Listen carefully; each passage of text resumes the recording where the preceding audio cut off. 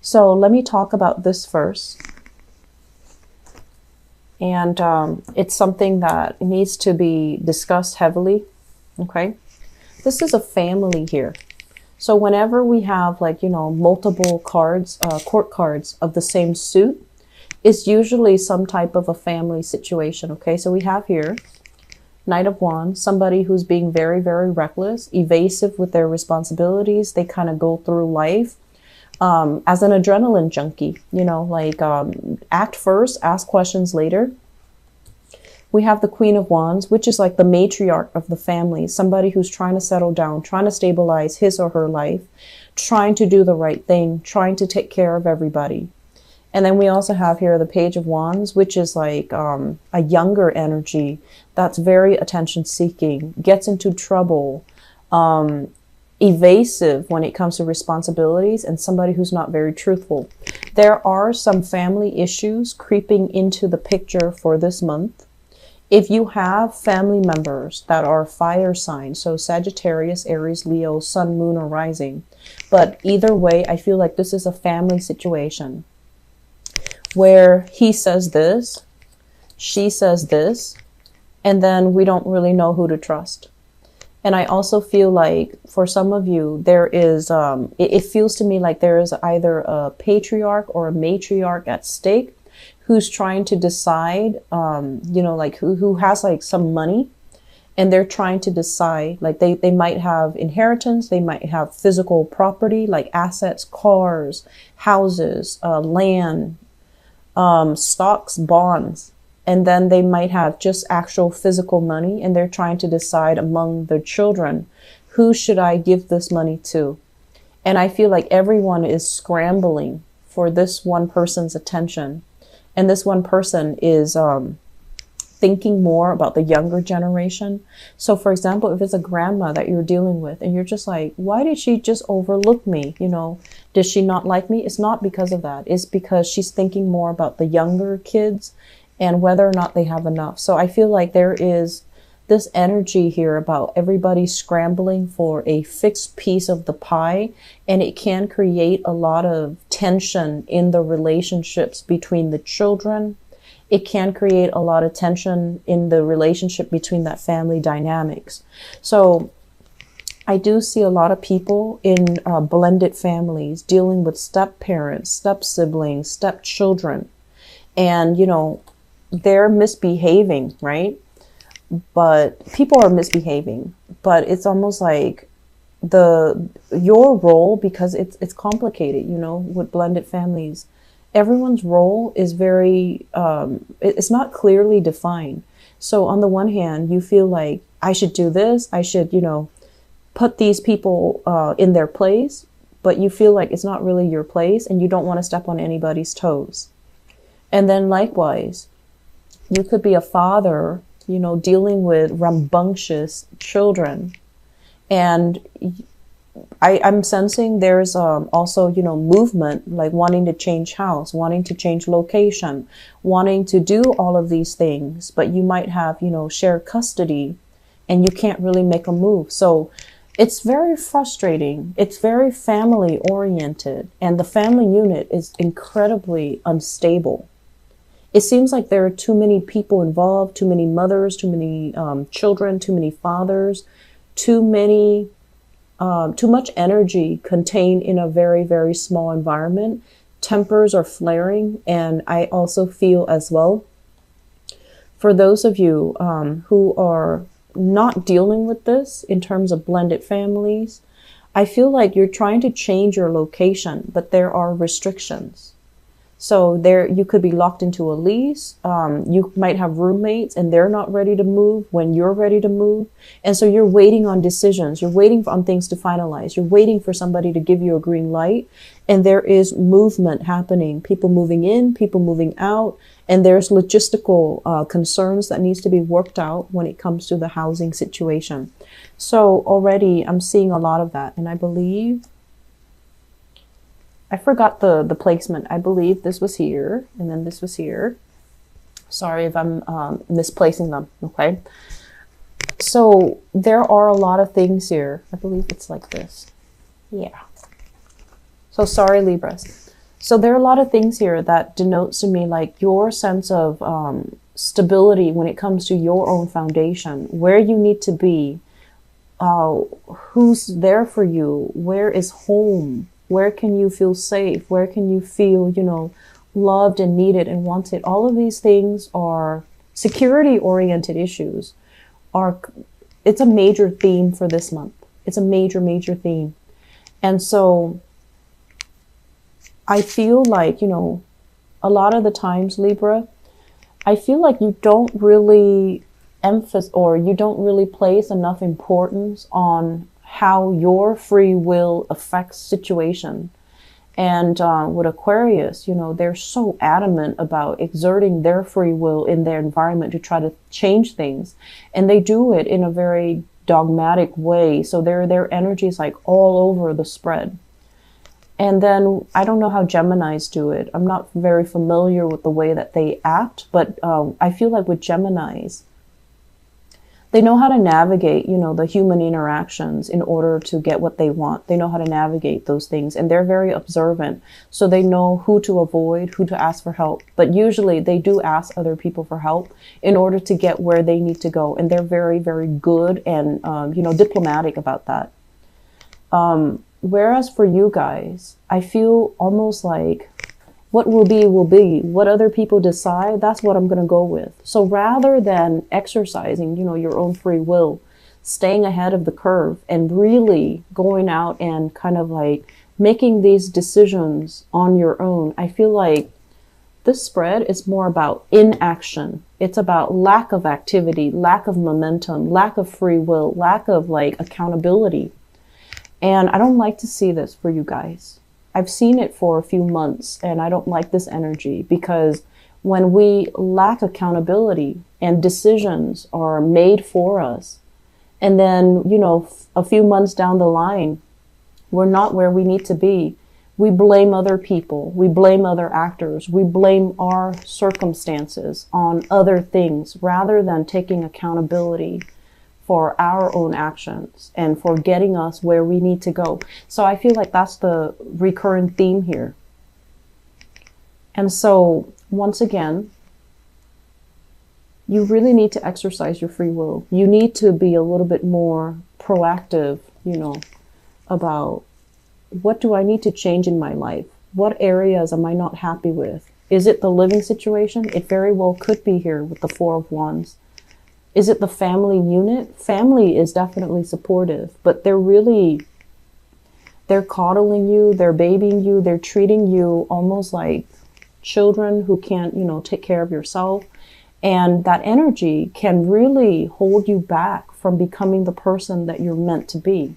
You know, if they're like constantly, oh, it's okay, or it's not your fault, you embody that energy where you go into the world and you feel like you're like behind the curve or behind your peers when it comes to doing things. And you're also, you know, coddled so much where you're behind the curve when it comes to taking accountability of your actions, taking care of yourself, being independent, being strong, being able to, you know, get yourself out of trouble. So if someone constantly comes to our rescue, right, they're not really allowing us to critically think our way out of danger, think our way out of trouble. They're not really allowing us an opportunity to exercise our own free will, our own critical thinking skills. So I feel like that's what's really happening here. On the one hand, family is a great support system, but on the other hand, it's preventing you from being you. It's really downplaying your own sense of individuality.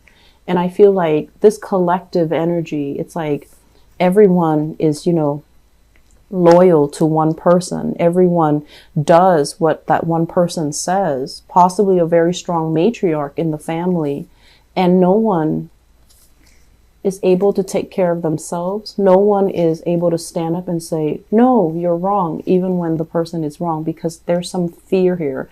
There's some herd, like bandwagoning type of energy I feel in this spread. So let me just talk about, you know, let's look behind that energy and talk about the individual spread, okay? Or I'm sorry, the individual cards. So this is overall about wealth, generating wealth, doing things so that we can become very independent. This is the independent woman or man, because the cards are not they're not gender specific. So this is kind of like, what can we do in order to create wealth for ourselves, in order to be independent, to be able to take care of ourselves, to be able to, you know, have the leisure time and not be a slave to money, not be so insecure about our job, where our job is going to take us, whether or not we're going to lose our job. And when it shows up in the reverse position, I feel like you're at a point where you understand how important it is. You're looking at other people that have all of these things, you know, that have that stability. And you're just like, I want to be like that. And you're also looking at people who are very, very materialistic. They have a lot of wealth. They have a lot of prosperity, but they're not very happy. And so you're looking at both sides of the story, or both sides of the equation, and you're just like, how do I reach that middle ground? How do I have enough without being a slave to money? So I feel like there are major themes here about, you know, wanting to be self-employed, wanting to really looking into how can I make money work for me? How can I, you know, have control over the work that I do, so that I'm not constantly under somebody's supervision, somebody else's watch, and I'm not able to exert my independence. So I feel like many of you are flirting with big ideas here about, you know, self-employment, which is very, very good. I feel like the problem, though, coming into the picture is this, the Page of Wands. People telling you that you can't really do it, you know, like the naysayers. But also, it almost seems to me like whatever it is, whatever plans you have, whatever thing that you're trying to implement, the market seems to me to be saturated with the same people, the same industry. It feels to me like there are too many players. How am I going to be able to stand out? And so one thing you might want to look into, and I know I say this a lot in the readings, and it seems like very flippant, but I don't mean it to be flippant. Change your geographical location. If this is something you're passionate about and you feel like you have something to offer, but the market where you are in your vicinity is just saturated, change your location. Figure out where you can go so that you have that little pocket where you can make it your own. If you strongly feel you have something to offer, take the steps, you know, be a little bit daring, be a little bit gutsy, and take that first step, because I feel like you're contemplating, but you're not, you know, thinking, but you're not really making a move here. And you do have some good ideas. You do have some good ideas. What comes through here with the Seven of Swords is, I do feel like there has been some type of evasive energy when it comes to your work environment. It's under a Pentacles card, okay? Some people might have recently left the work environment, and they left with a lot of unanswered questions. They left with a lot of cases, workloads hanging. They left with a lot of unanswered questions. They left mainly because they saw all the inefficiencies in the work environment, and you're kind of wondering, like, well, why did they leave? If they left, you know, I feel like it's somebody that you really looked up to, you really admired. And I have here a fire sign. So this is a Sagittarius, an Aries, or a Leo, Sun, Moon, or Rising. Someone spirited, someone fair, someone who's has a really good heart, you know, helps you when you need help, someone who doesn't abuse their power. So I feel like you had a coworker or a supervisor or somebody that you really admire, and they left mainly because they're not happy. They have a lot of skills. They have a lot of other things that they can do. So I feel like they're scanning the horizon and they're looking for more. And so their presence left a little bit of a vacuum, and it also makes you feel like, well, if they left, maybe I should leave too. But you also have to understand, their reason for leaving is going to be different from you. So if you're following in their footsteps and trying to, you know, create an opportunity for yourself to leave, is that really the right thing to do? Do we follow in other people's footsteps, or do we carve a path for ourselves? Okay. So I feel like they left because of some things that they anticipate will happen in the future. and you're trying to figure out what that is. And so you're feeling very, very unstable in the current work environment. And then on top of that, if you have currently a very strong supervisor who's like monitoring your every step, and they're seeing you like this, you know, rather than, you know, building wealth, they're seeing you like this, where you're not focused, you're scattered, or you're not really contributing equally the same way that other people are contributing. You want to be very careful. Okay, so I feel like you have a no nonsense type of a supervisor or a new boss in the picture, and they're taking notice of everything. So what I mentioned before. And the last thing that I want to end up with here is, I feel once again that energy about trying to fit people in the mold and trying to, you know, like seeing the best in somebody. Someone who's not right for you, who's a little bit flaky, not as dependable. They're very sexy and exciting, and they can be, you know, a source of excitement in your life. But I feel like you're trying to put them into a mold. You're trying to fit them into this group, this category where they don't really belong. And they're not going to stay around forever. So I feel like there's this cycle about you going back to it and then being sorely disappointed, because being sorely disappointed and also growing a little bit resentful of the other person, but they didn't ask to be put in that position. So there are a lot of things here that we need to really re-examine, and I feel like it's a lot deeper than the surface. And I also feel like this collective energy, you know, is it really hurting you, or is it appropriate for you? On the one hand, it brings about harmony, and it brings about people, it brings about friendships, and, you know, everyone's on the same page. But is it also hindering your individual development? Is it also hindering your ability to think and act on your own? Because I feel like that's what's happening. So don't worry about what other people expect from you. Try to do the right thing. Don't try to appease other people. Do what you want and stand up for what you believe in.